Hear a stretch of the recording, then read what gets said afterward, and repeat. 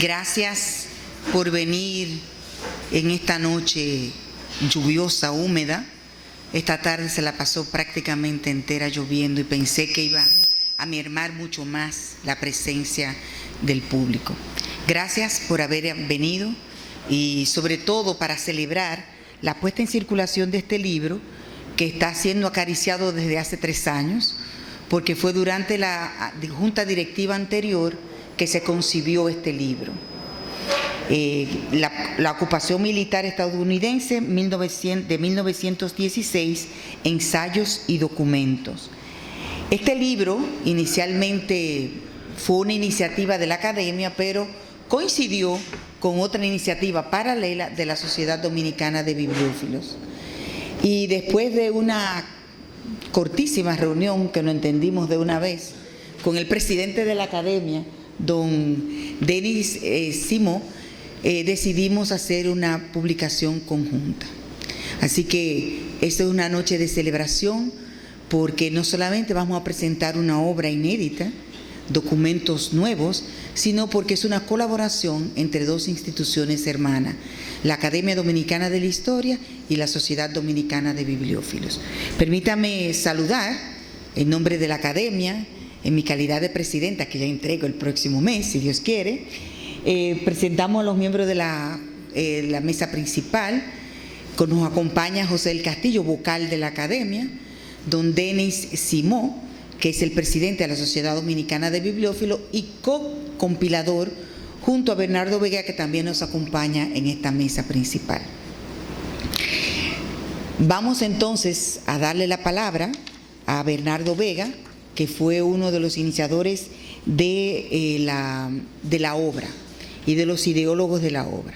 Todo el mundo conoce a Bernardo, pero voy a hacer una breve reseña de su fructífera vida. Nació en Santiago, República Dominicana, cursó sus estudios en el Colegio de La Salle y luego fue a Inglaterra, donde se graduó de bachillerato y haciéndose economista en los Estados Unidos. Estuvo vinculado al Banco Central desde hace mucho tiempo, en el cual llegó a ser incluso gobernador y miembro de la Junta Monetaria. Ha sido profesor de varias universidades, entre las que podemos citar la UAS y la Pucamaima, y es miembro de número de la Academia Dominicana de la Historia y fue presidente de la pasada Junta Directiva 2013-2016. Es autor de una treintena de libros sobre historia dominicana, 4 de los cuales han merecido el Premio Nacional de Historia Juan Pablo Duarte. Obtuvo también el Premio Nacional de la Feria del Libro Eduardo León Jiménez en los años 2000 y 2005. Y en el 2007 ganó el Premio Nacional de Historia que otorga la Secretaría de Estado de Cultura. Como arqueólogo, también fue director del Museo del Hombre Dominicano y es autor de este tema con 7 libros y uno de ellos incluso fue traducido al francés por la UNESCO. Como economista es autor de 8 libros y también, aparte de haber sido presidente de esta Academia Dominicana de la Historia, fue presidente de la Sociedad Dominicana de Bibliófilos y fue también el presidente de la Fundación Cultural Dominicana. Entre 1997 y 1999 fue embajador dominicano ante los Estados Unidos. En los Estados Unidos, del 2001 a 2002 fue director del Caribe y presidió la Junta de Regentes de INTEC durante varios años. Así que con ustedes lo dejo en una parte de la presentación de la obra a cargo de Bernardo Vega.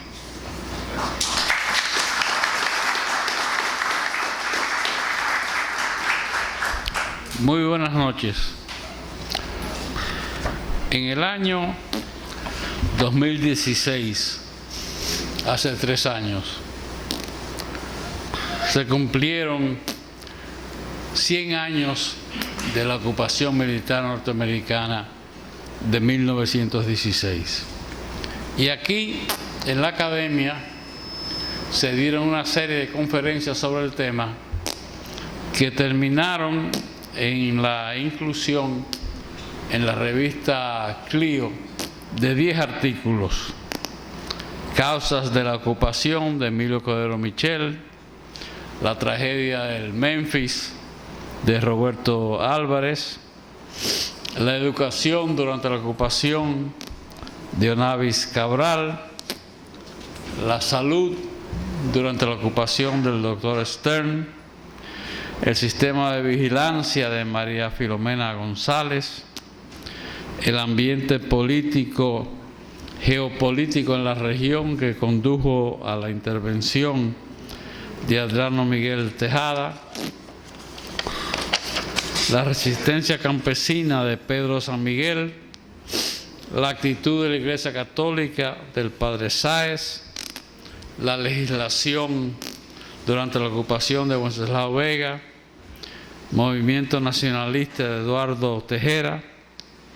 Y otros trabajos se presentaron aquí, aunque no salieron como artículos en Clio, pero están un total de 17: Música durante la ocupación, Feminismo, Cultura, Organización militar, Impacto sobre la economía, Papel del periodismo, La represión contra Liborio.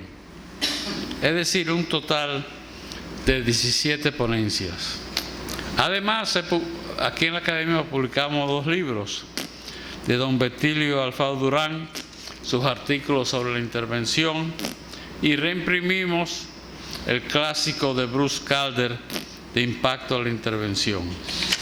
Pero el Archivo General de la Nación también publicó una serie de trabajos sobre la intervención: Crímenes del imperialismo norteamericano, de Horacio Blanco Fombona; Nacionalismo y resistencia durante la ocupación, de Roberto Casá; La Comisión Nacionalista y la ocupación, de Alejandro Paulino; Los intelectuales y la intervención militar, de Alejandro Paulino también;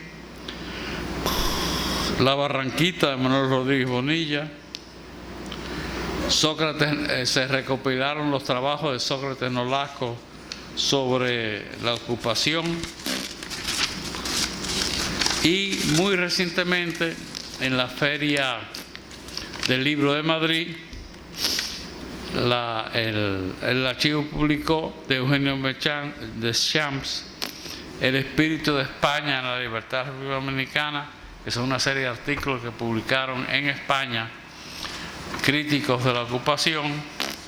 Y finalmente, un trabajo de Isabel de León, Defendiendo la Nación, que explica las bases del nacionalismo dominicano durante la ocupación, y que incluyó trabajos poco citados. Por ejemplo, Pelegrín Castillo publicó en el 16 un trabajo defendiendo la ocupación, sugiriendo que la Bahía de Samaná fuese entregada a los americanos como parte de la defensa contra la guerra alemana, que coincidió, y hasta sugirió que el gobierno dominicano firmara un acuerdo parecido a la enmienda Platt de Cuba para auspiciar el desarrollo de la industria azucarera dominicana. En total, 10 libros y 10 artículos en Clio, más 7 conferencias adicionales.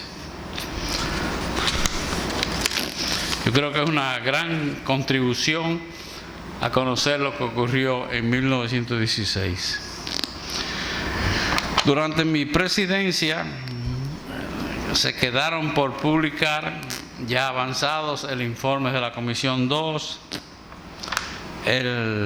los reportes de la Receptoría General de Aduanas, ambos publicados, pero quedaron 7 artículos que recopilamos sobre la intervención del 16.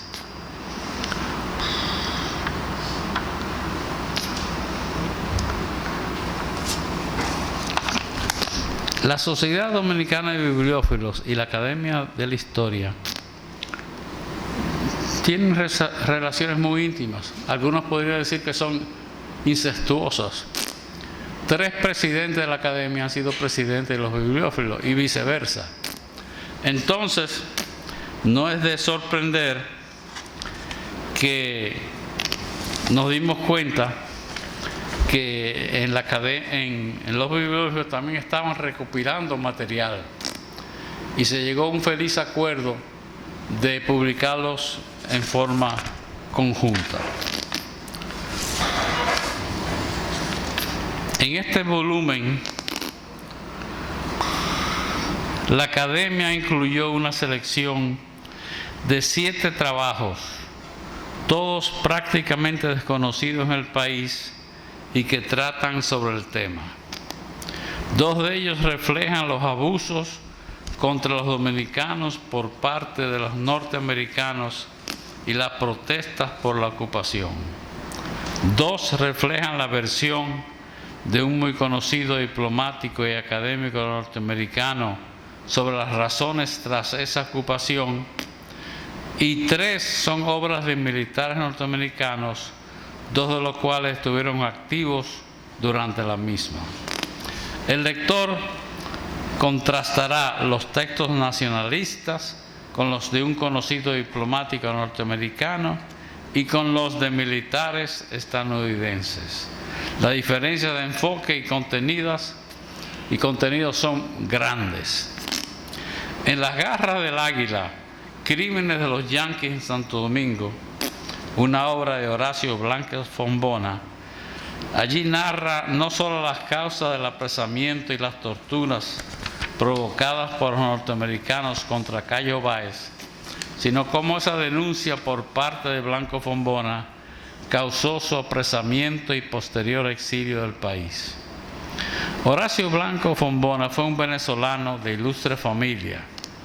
Su hermano Rufino fue un célebre escritor, diplomático y periodista que influyó mucho sobre el modernismo venezolano. Otro hermano, Oscar, murió en 1925 tratando de encontrar un camino accesible para bestias entre Bonao y Constanza. Una loma allí es conocida como la Loma de Fombona.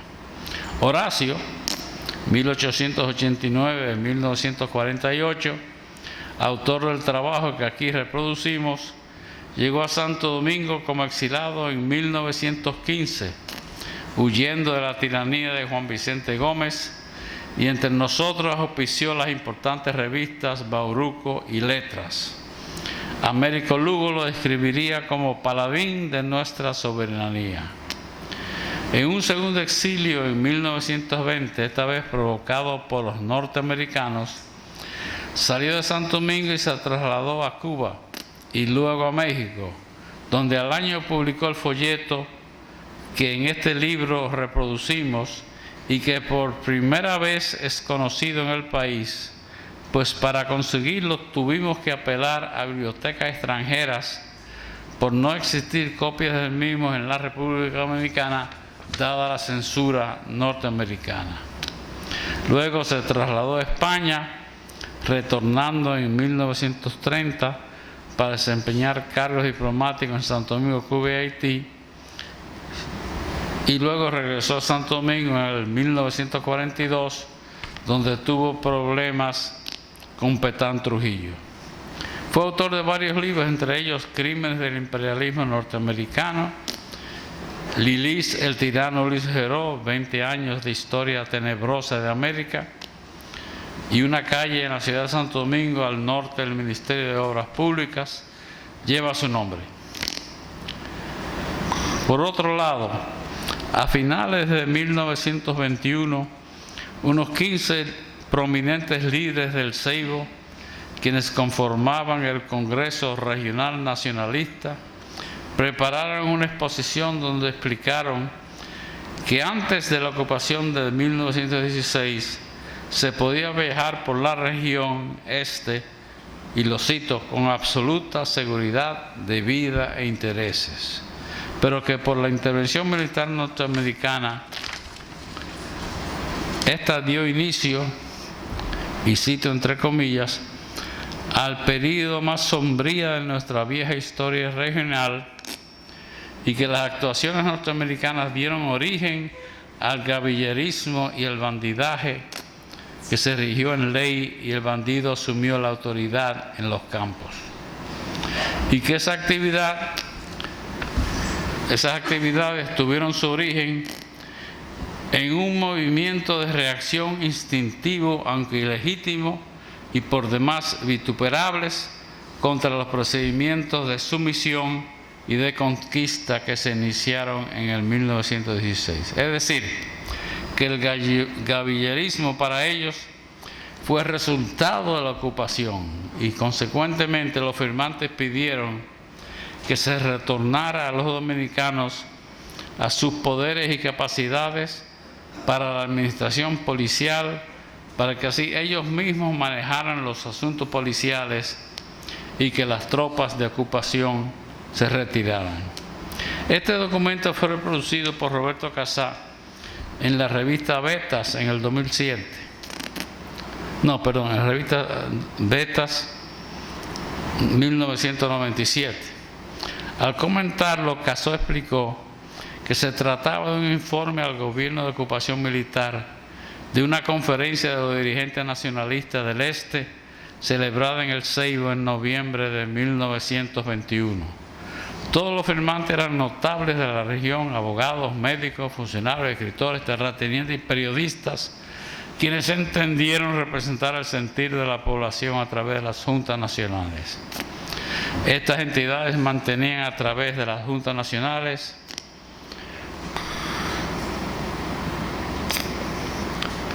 su campaña a favor de la desocupación pura y simple, y por tanto en contra del plan del presidente Harding, que presentaba condiciones juzgadas lesivas de la soberanía nacional. Fin de la cita. En la región persistía un problema de envergadura. La guerra de guerrillas iniciada en enero del 1917, y por ello ellos consideraron necesario exponer sus pareceres. El análisis está centrado en la determinación de las causas de la guerrilla. Es revelador que para los analistas pertenecientes a los sectores urbanos superiores, el movimiento guerrillero constituyó una expresión puramente delictiva, galliverismo. Sin embargo, lo explican como reacción frente a los crímenes y desafueros de los soldados estadounidenses. Por esto, piden que la solución militar quedara en manos de las fuerzas policiales dominicanas y que la Infantería de Marina de Estados Unidos abandone el terreno. Este escrito contiene juicios valiosos para aquilatar la naturaleza de la guerrilla. Como intelectuales, los firmantes tenían una visión definitiva de lo que acontecía en los campos de la región. Sin embargo, muestra las distancias sociales y culturales que separaban a los nacionalistas urbanos de los insurgentes rurales. En cualquier caso, ofrece elementos cruciales para entender aspectos sociales de ese movimiento nacionalista. Otro trabajo es el de Dana Munro, 1897-1990, quien estudió en las universidades de Brown y Wisconsin, obteniendo un doctorado en economía en la Universidad de Pensilvania.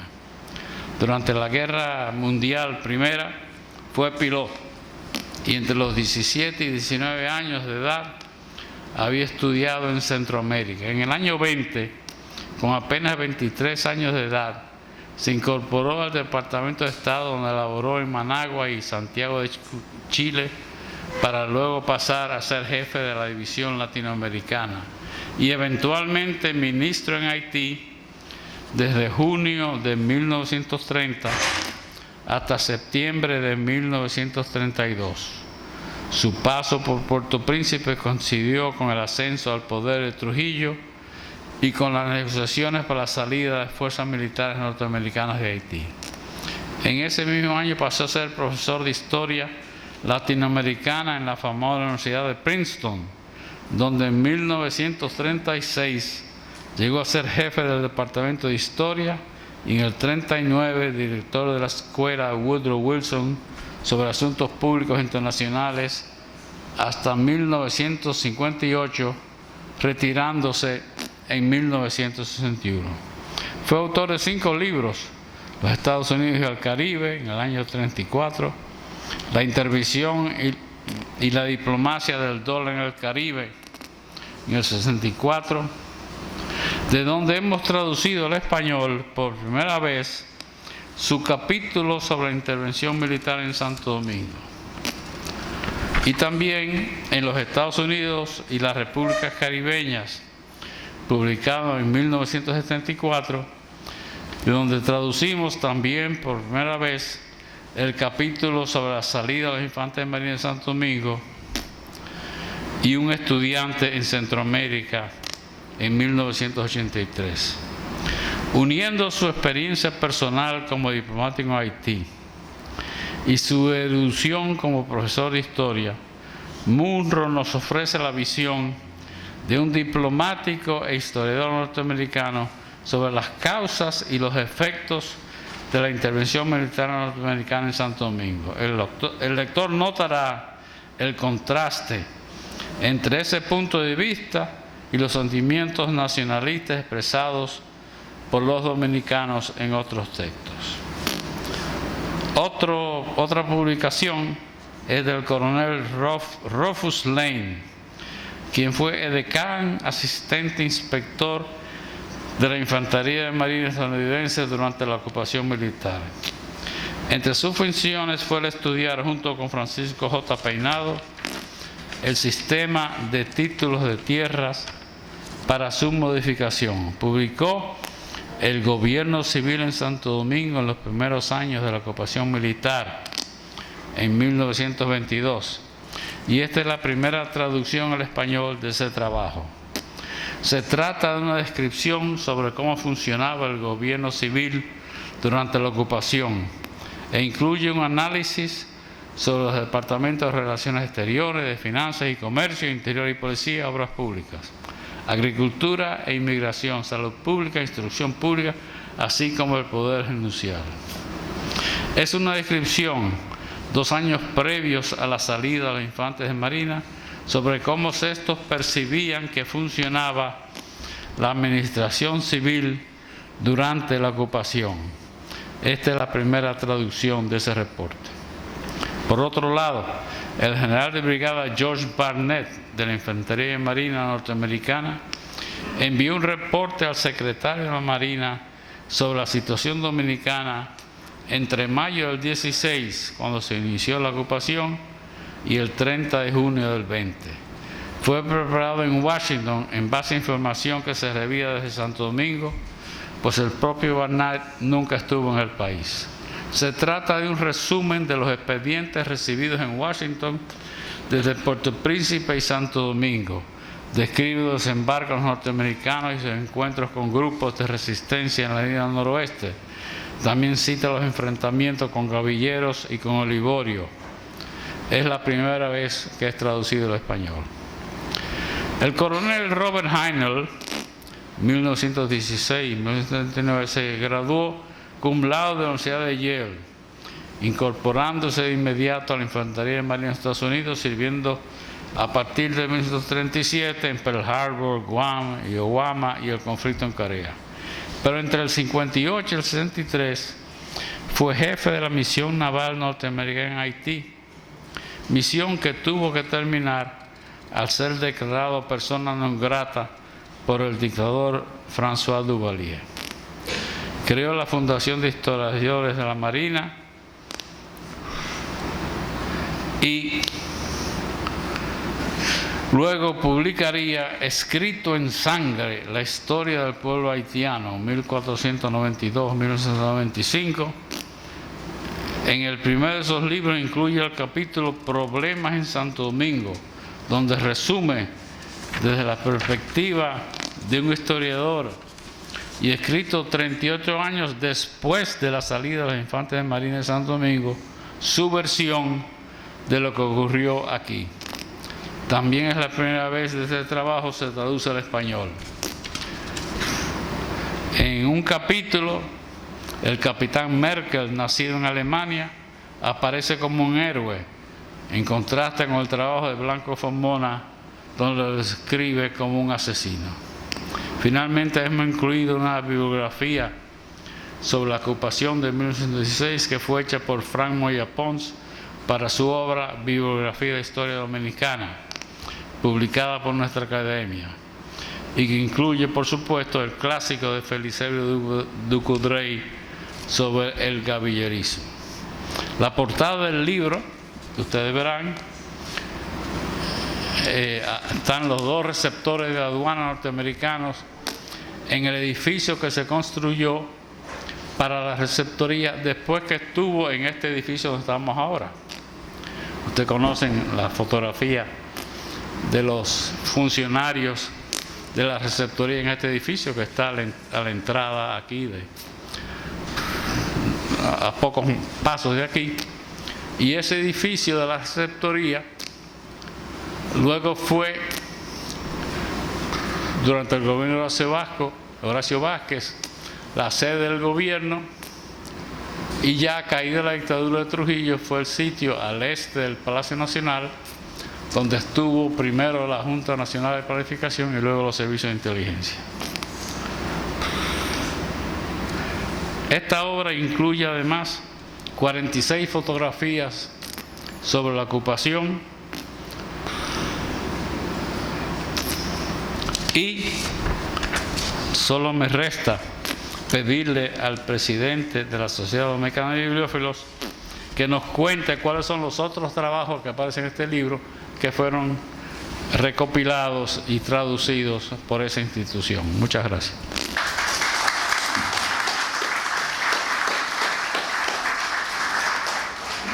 Bien, y antes de darle la palabra a nuestro querido Denis Simó, a la salida van a encontrar en venta los libros de la ocupación, pero también otros libros de los bibliófilos que estarán también, hay otra mesa para los interesados en comprar.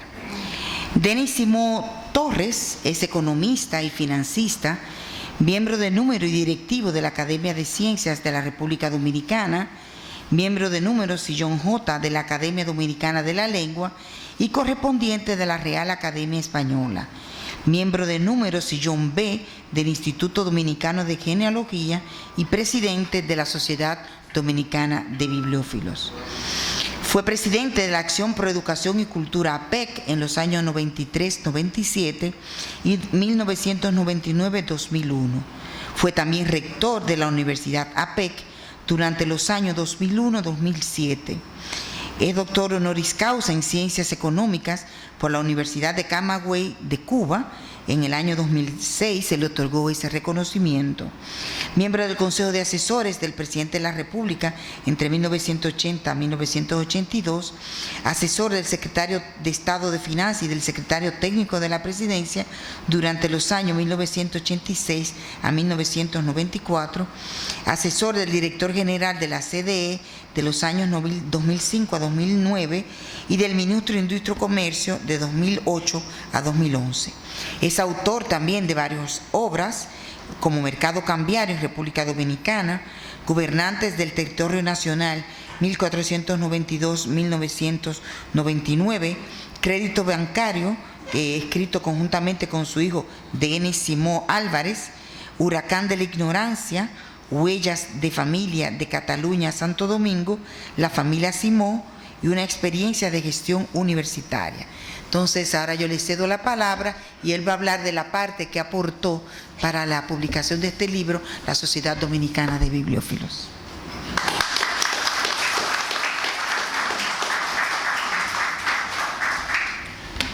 Gracias muy bien, saludos a la mesa y a todos ustedes. Gracias por estar aquí en este día lluvioso. Que si yo no hubiera tenido que decir esta palabra, lo más probable es que no hubiera venido. Como se señaló anteriormente, esta publicación es un producto de un acuerdo institucional, que es algo que no es muy común en nosotros, los dominicanos, pero que en este caso, entre la sociedad y la Academia de la Historia, lo logramos sin ningún contratiempo. E incluso ha salido muy bien el libro, tal como me dijo Muquié. Agradecemos esa oportunidad. Y también agradecemos la sugerencia del señor Edwin Espinal Hernández, quien es vicepresidente de la Sociedad Dominicana de Bibliófilos, que nos puso en contacto con el abogado licenciado Virgilio Méndez Amaro, estudioso de los temas de armas y particularmente de las intervenciones norteamericanas en territorio dominicano entre el 16 y el 24 y la del 65. El licenciado Méndez Amaro nos ayudó y nos facilitó a conseguir los textos más abajo citados, obtenidos del US Marine Corps, de la Universidad de Cuántico, la Universidad de los Marines, donde el mayor de ese cuerpo, Vernon Begeber, presentó su tesis para graduarse de maestría de estudios militares titulado Un enfoque integral de la contrainsurgencia durante la ocupación militar estadounidense del 16 al 24. Así como el informe preparado por los miembros del gobierno militar en Santo Domingo, enviado en 1919 por el contraalmirante y gobernador militar de Santo Domingo, Thomas Snowden, titulado Santo Domingo, sus condiciones pasadas y presentes. En este caso, igual que en algunos de los que mencionó Bernardo Vega, estamos viendo la posición y el enfoque de los invasores y por el otro lado de los invadidos. En este caso particular es de un militar que estudió en la Escuela de Marines y su tesis la hizo sobre la República Dominicana y es la visión militar exclusivamente de esa época, de ese momento. En su tesis él señala que los insurgentes estaban ganando el enfrentamiento con los invasores norteamericanos y a partir de 1920 los Estados Unidos entendieron necesario completar sus esfuerzos militares para derrotar a los insurgentes y establecer una gendarmería dominicana. Esta estrategia de contrainsurgencia permitió a los Estados Unidos, de acuerdo a su información, negociar condiciones favorables en el acuerdo Hughes-Peinado de 1922 y poder terminar con éxito, según su criterio, la ocupación militar. En 1920, la ocupación militar no marchaba bien militarmente. Era un callejón sin salida y estaban perdiendo en la guerra de ideas contra los nacionalistas dominicanos.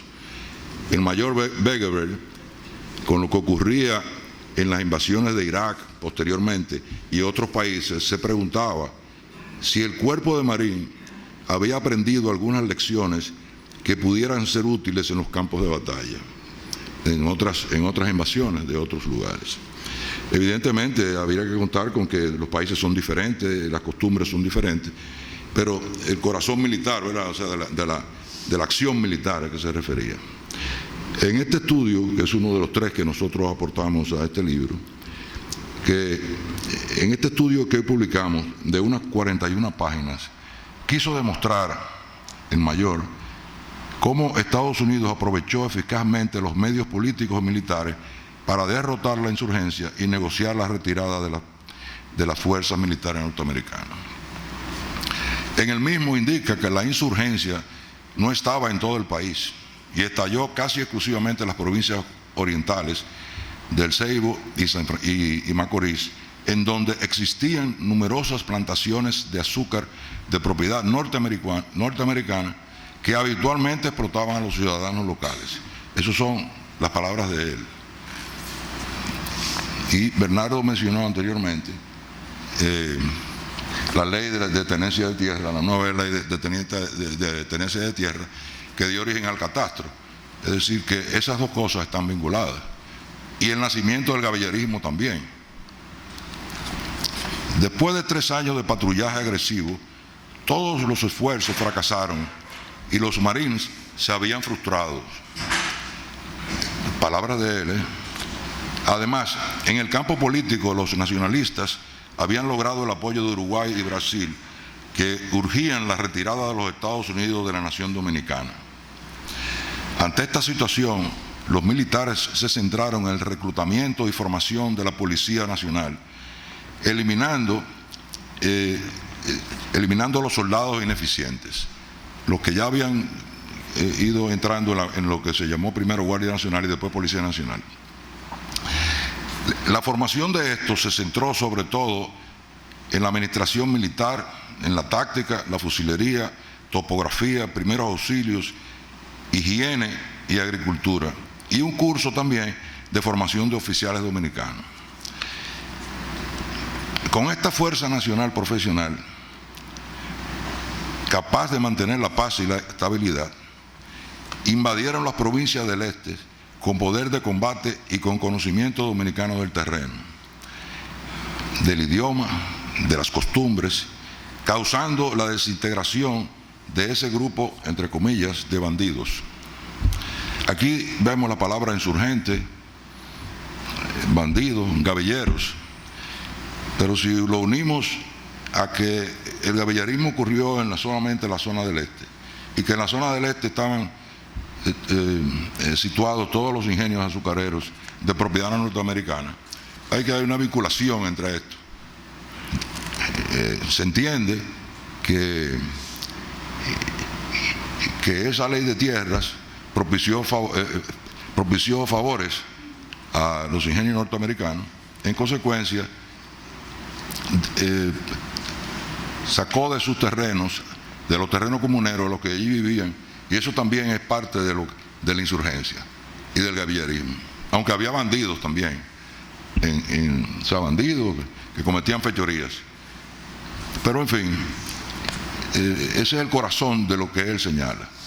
Y lo que dice es que lograr hacer la Policía Nacional con elementos dominicanos, que tú mencionaste algo de eso que dijo uno de los señores, bueno, fue el éxito que ellos tuvieron porque podían infiltrarse por vía de los dominicanos en las zonas de difícil acceso, porque era una guerra de guerrillas, no era una guerra frontal de ejércitos, sino una guerra de guerrillas.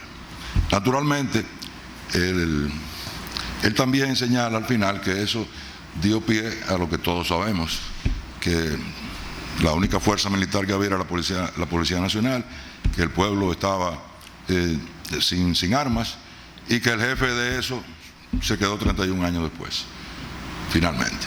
Entonces, ese es el colofón de toda esa invasión. En 18 meses, entre el 21 y el 22, los Marines elevaron una ofensiva que aplastó la insurgencia y obligó a los líderes a rendirse para poder arribar así a un acuerdo y concluir la operación. En realidad, ellos ya querían salir de aquí.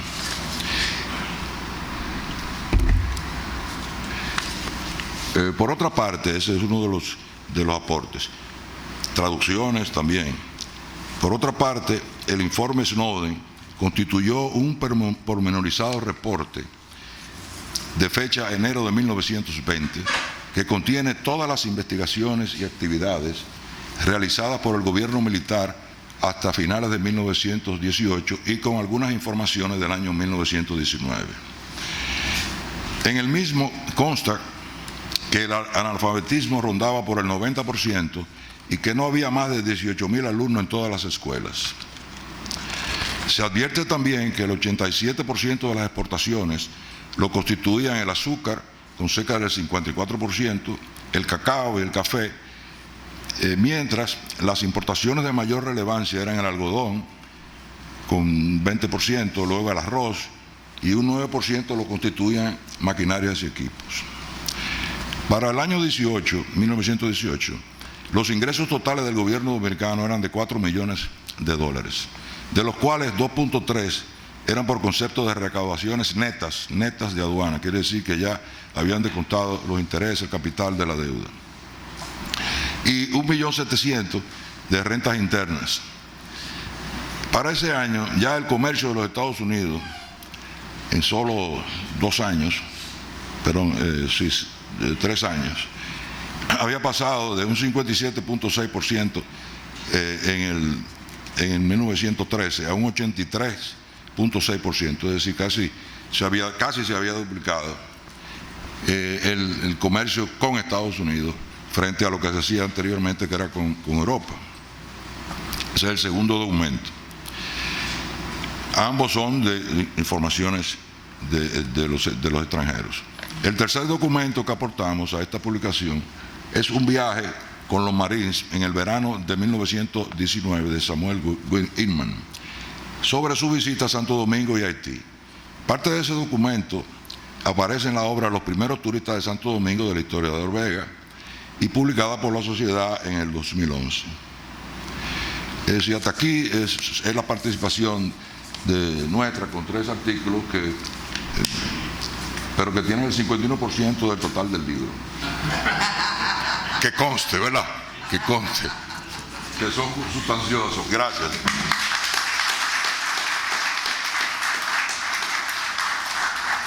El libro está a precio de introducción por 500 pesos, así que lo van a poder comprar por 500 pesitos. Recuerdo las actividades que nos quedan en el mes de julio.